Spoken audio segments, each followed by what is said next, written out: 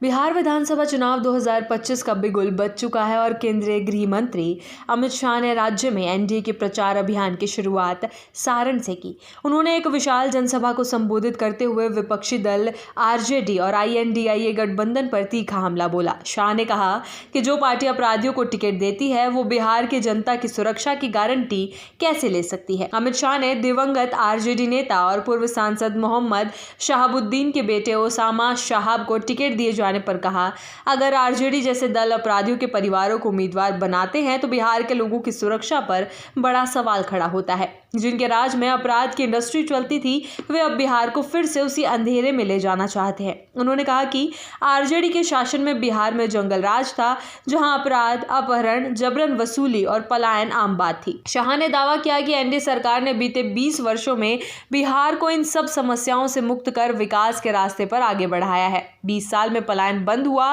बिहार में रोजगार बढ़ा। अमित शाह ने अपने संबोधन में कहा कि लालू राबड़ी शासन के दौरान बिहार से बड़े पैमाने पर पलायन हुआ था, लेकिन नीतीश कुमार और मोदी सरकार की नीतियों ने अब इसे रोक दिया है। उन्होंने कहा, अब बिहार के लोग राज्य में ही रोजगार और व्यापार कर रहे हैं, मेडिकल और इंजीनियरिंग कॉलेज खुल रहे हैं, सड़कें और पुल बन रही है, निवेश बढ़ा है। शाह ने दावा किया कि बिहार में अब पलायन नहीं बल्कि प्रगति हो रही है। उन्होंने कहा कि एनडीए सरकार आने के बाद बिहार का चेहरा बदल गया है। आज राज्य विकास और शिक्षा का केंद्र बन गया है।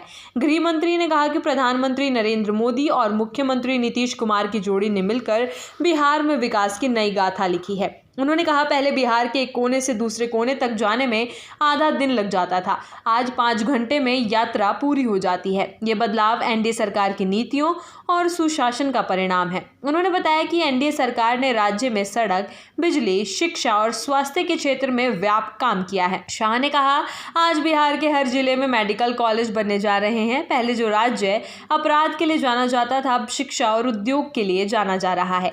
आतंकवाद पर सख्त रुख। अपने भाषण के दौरान अमित शाह ने केंद्र सरकार की राष्ट्रीय सुरक्षा नीतियों पर भी जोर दिया।